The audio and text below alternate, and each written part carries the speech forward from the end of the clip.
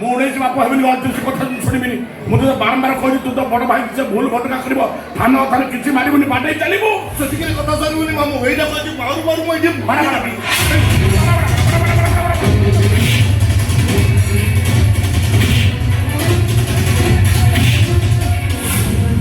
ମୋର କିଛି ଭୁଲ ନାହିଁ ବାବା ସବୁ ଭୁଲ ହଉଛି ପବନର।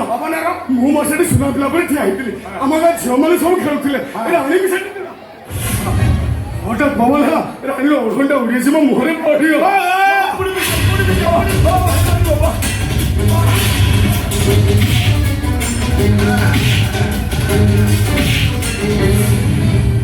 ରାଣୀ ମୁଣ୍ଡ ରୋଡ଼ରେ କାଲି ନିଜ ବେକରେ ପକାଇ ତମ ପୁଅ ତୋ ଭାଇ ଏ କୁକୁର ମୋ ଭାଇ ନୁହଁ ନହେଲା ନାଇଁ କାରଣ 100 ଲୋକ ସାମ୍ନାରେ ମୋ ରାଣୀ କହିଲା ତୁ ଯଦି ମତେ କିସ୍ ଦବ ମୁଁ ତ ଓଢ଼ଣି ଦେବି।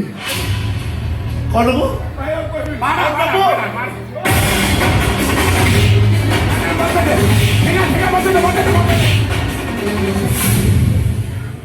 ମୁଁ ତ କାଇଦା ଜାଗାକୁ ବାଟେଇବି ତ କାଇଦା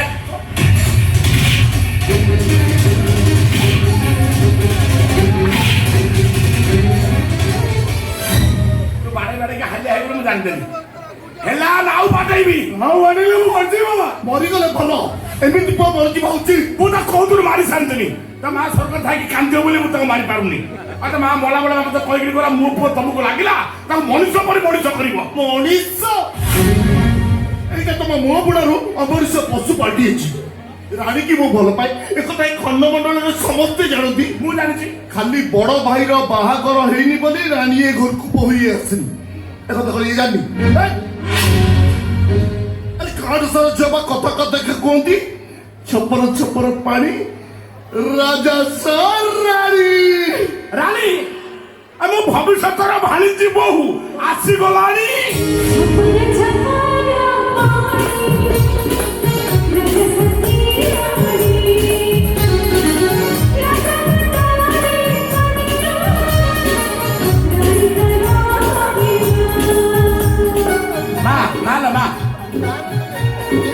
ସେ ଟୋକାର ଭୁଲ ପାଇଁ ହାତ ଯୋଡ଼ିକି କ୍ଷମା ମାଗୁଛି। ଇଏ ବାଳୁଙ୍ଗା ଟୋକା ତୋତେ ଆଉ କେବେ ଆଖି ଉଠେଇକି ଚାହିଁବନି। ଆଉ ଯଦି କେବେ ଚାହିଁବ ମୋ ବାପା ଗୋଟିଏ କଥା ଗୋଟିଏ ଆଣିକି 2 ଘର କରିଦେବି। ଇଏ ତାହେଲେ ପ୍ରଥମ ଥର ପାଇଁ ମତେ ଏମିତି କହିନି ମତେ 100 ଥର କହିଲାଣି ପରା। କଣ କହିଲ 100 ଥର କହିଲାଣି? Let's go honey baby boyfriend ତୋର ହେବି ଗୁଟି ଗୁଟି ଗୁଟି ବୁଲେଟ ଗାଡ଼ିରେ ବଜାର ବୁଲେଇଲେ। ତୁ ମତେ ଆଗରୁ କହିଲି କଣ ପାଇଁ? ତୁ ଯୋଉ ମୂଳର ମୋ ପାଇଁ ଗାଁଟା ସେ ଲୋକ ମାରିଦବୁ ନା ତୋର ପୁଅ ମତେ ତ ଥରେ ଖାଲି କମେଡ ମାରିଦେଇଛି। ମୁଁ ଆସି ଆଗରେ ସିଧା କହିଦେଇଛି ତାକୁ ନେଇକି ସିଧା କୁଅରେ ଗଳେଇ ପକେଇ। ଆଉ ସେ ସଞ୍ଜୟକୁ 3 ଦିନ ଯାଏ ଗଛରେ ଅଲଟା ଟଙ୍ଗେଇକି ଏ ଗଛ ମୂଳରେ ଜଗିକି ବସିଲା। ଏ ତ ପାଗଳଟା ମୋ ବାଡ଼ରେ କାନ୍ଦେ ବିଲକୁଲ କାନ୍ଦେ। ମୋ ଭଣଜାର ଗଭୀର ଭଲ ପାଇବାର ଗଭୀରତା ମାପିବାକୁ ଚେଷ୍ଟା କରେ। ଏମିତି କଥା ଦଉଛି ମୋ ନିଜ ଭଣଜାର ବାହାଘର ସରିବ ତ ତମ 2 ଜଣଙ୍କର ବାହାଘର ହବ। ଦରକାର ପଡ଼ିଲେ ଗୋଟାଏ ତିଥିରେ ହବ।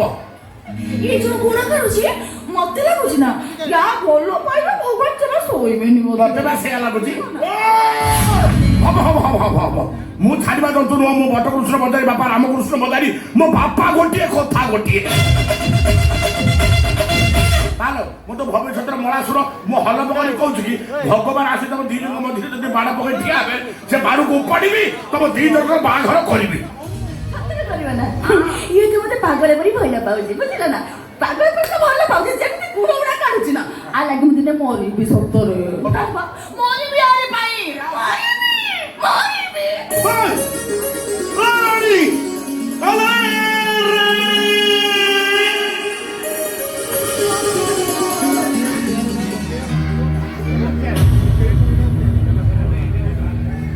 ବାବା ଦେଖିଲ ରାଜା ଭାଇ କେମିତି ମତେ ଗୁରୁ ଗାଈ ଭଳି ବାଡେଇଲା।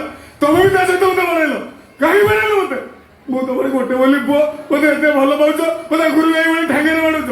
କିଛି ବୁଝୁନା ସୁଝୁନା ଖାଲି ବାଡଉଛ। ମୋ ମା ନାହିଁ ବୋଲି ମତେ ବାଡେଇକି ମୋ ହାତ ଫାତ ବୁଲେଇ ସାଇଲେଣି। କାହିଁକି ବାଡେଇଲ ମତେ?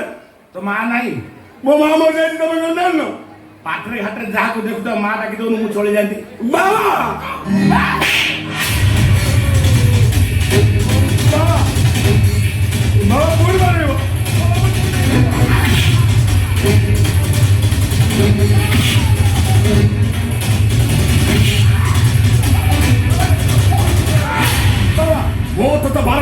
ଯୋଉ କାମରେ ହାତ ମାରିବୁ ତା ମୂଳ ଚୂଳ ଛାଡ଼ିବୁ।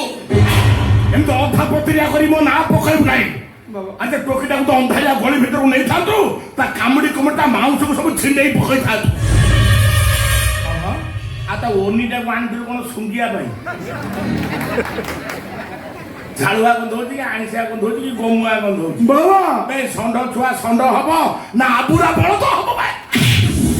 ବାବା ଏ ଶୁଣ ବାବା ଏଥର ରାଣୀର ଖାଲି ଓନି ନୁହଁ, ଆଉ ତା ସବୁ ବସ୍ତ୍ର ଖୋଲିକି ଆଣି ମତେ ଦେ। ଦେବି ବାବା ସେ ରାଣୀ ଲଙ୍ଗଳା ହେଇକି ଦାଣ୍ଡରେ ବୁଲିବ। ସେ ଦୃଶ୍ୟ ଦେଖି ରାଜା ମୋହରୁ ବଚନ ବାହାରିବ। କାମ ସାର୍ ତାକୁ ଲଙ୍ଗଳା କରିବେ।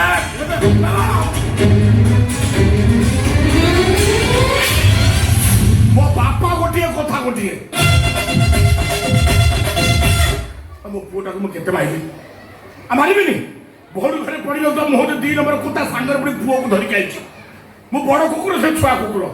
ଅଇଁଠା ଖାଇବୁ, ଗୋଇଠା ଖାଇବୁ, ଗାଳି ଶୁଣିବୁ, ସବୁ କରିବୁ। ଭାଇ କଣ କଣ କହିକି ଯାଇଥିଲେ ତମେ କଣ କଲ? କଣ କହିଲା? କହିକି ଯାଇଥିଲି ଅଧା ରାସ୍ତା ଯାଇ ବୁଲେଟଟା ଟିକେ ନେଇକି ଯିବ, ଅଧା ଜିନିଷ ତମେ ନେଇ ଆସିବ। ତମେ ବି ଜାଣିଛ ସେ ବୁଢା ମଣିଷ 90 ମସିହାରେ ଚେତକ ଗାଡି 10 କର ଷ୍ଟାର୍ଟ ବନ୍ଦ ହଉଛି। ଗାଡି ରୁଅଲା ଷ୍ଟାର୍ଟ ମାର, ଗାଡିରେ ବସ, ଗାଡି ରୁଅଲା ଷ୍ଟାର୍ଟ ମାର, ପୁଣି ଗାଡିରେ ବସ। ମୁଁ ମାନେ ବିଜାର ହେଇସାରି। ଆଉ ସେ ବୁଲେଟ କଥା କହନା। କଣ ପାଇଁ? ସେଇ ବୁଲେଟ ବ୍ୟାଗରେ ନିଆଁ ଲାଗି ଦମକଳ ଆସି ଜଷ୍ଟ ଲିଭେଇକି ଗଲା। ତ ସଉତୁଣୀ ରୂପ ରାଜା ଏତେ ଅଲଜ୍ୟା, ଏତେ ଥୋପରା ସେଇଟା। ରାଣୀ ତାକୁ ଗୋଟେ କଣ ଭଲ ପାଇଛି, ଆକାଶ ମାଟି ପାଣି ପବନ କିଛି ମାନୁ ନାହିଁ। କଣ ଭାବିଛି ଇଏ? ଆମ ବନବାସୀ ରାଣୀକି ଖୁସିରେ କଣ ବିପଦ କଥା କହିଦେଇଛି। ଲୋକେ ମାଟ ମାଇଲା ବନବାସୀ ଏଇ ଠେକାରେ କଣ ବାଟେଇ ମୋ ଭାଇ ତମେ ଜମା କାନ୍ଦୁନି। ଖାଲି ତମେ ଅପେକ୍ଷା କର, ମୋ ପୁଅ ଚାକିରିକି ଯାଇସାରୁ, ତାପରେ ତମେ ଦେଖିବ ଏ ଘରେ ମୁଁ କଣ କରୁଛି ହେଲା। କଣ କହିଲ? ମୁଁ ଯାଉଛି ଭାଇକି ଡାକିଦେବି, ଭାଇ ଆସିବ, ବ୍ୟାଗ ଗୁଡାକ ଘର ଭିତରକୁ ନେଇଯିବ। ତମେ କଣ ଭାଇ ଭଉଣୀ 3 ଜଣ ଯାକ ପେଟରେ ହାତ ବାଡିଆ ହେଇକି କଥାବାର୍ତ୍ତା କଲନି? ଏଟା ଢୋଲକ। ମୁଁ ରହିଛି ତମ ବେକୁ ବୁଝିବା ପାଇଁ, ମୁଁ ତମ ଶଳା 10-12 ବର୍ଷ ପଟି ରହିଗଲି ବୋଲି ମୋ ମାମ ସାର୍ ପାଟିରେ ମିଶିଲା। ଆମେ କାଇଁ ଛାଣି ଆଉଛ ମ? ସେ ଜିନିଷ ଜାଣି ପଡତାଉ ରାଜା ଆସିଲେ ଆଣିବନି। ରାଜା ଆଣିବ? ଏ ରାଜା କଣ ଏଇ ଘରର ଚାକର? ଆଉ ଇଏ ବୋପା ପୁଅ ମାଳି ପକେଇ ଚିତା ଚୈତନ କାଟି ଫେର ଧରିକିରି ବୁଲିବେ। ଭାଇ ଯାଇନି ଯେହେତୁ ତମ ମାନ ଥାନ ଚାଲି ଯାଉଛି, ତା ପୁଅ ବନାଉ କର ନେଇ ଆସିବ। ଆଲୋ ଖେଚ ଯାଇକି ସେଇଠି ଆଉ ତମ ପୁଅ କଣ କରିବେ କି? ପାଠ ତ ପଢିଲାନି, ମୂର୍ଖ ହଳିଆ ହେଲା, କେବଳ ଏଇ ଘର କାମ କରିବା ପାଇଁ। ପାଠ ପଢା ଛୁଆ ବୋଝ ମୁଣ୍ଡେଇବେ। ଆଉ ତମ ପୁଅ ଜାମା ଜୁଡ ହେଇ ଗାଁ ଦାଣ୍ଡରେ ବୁଲିବ, ରାଣୀ କି ପ୍ରେମ କରିବ, ଏ ଘରେ ମହାଭାରତ ସୃଷ୍ଟି କରିବ ନାହିଁ। ବେଶୀ ତମେ କଥା କହୁଛ, ବନବାସୀ ମୋର ବୋଝ ବହିବ। ଦେଖୁନ କେମିତି କଥାବାର୍ତ୍ତା କରୁଛନ୍ତି? ଆଜିରେ ଖାଇବେନି, ତାଙ୍କୁ ବୁଝେଇ ସୁଝେଇ ପୁଣି 2-4 ଦିନ ପରେ ତାଙ୍କୁ ଖୋଇବାକୁ ପଡିବ। ଭାଇ ଭାଇ ତମ ଦେହ ପା ଠିକ ରହୁନି। ପहिले ଶରୀର ଥାଏ ବାଦ ମେ ସଂସାର ଥାଏ। ପୁଣି ରାତି ପାଇବ ନିଜ ଘର ଛାଡ଼ିକି ସହରକୁ ଯିବ। ମୋ ମୁଣ୍ଡରେ କେତେ ଚିନ୍ତା। ମୁଁ ଯାଉଛି ଏବେ ସେ ବୋଝ ମୁଣ୍ଡେଇ କାଢିବି, ସେ ବେଗ ମୁଁ ମୁଣ୍ଡେଇ କାଢିବି।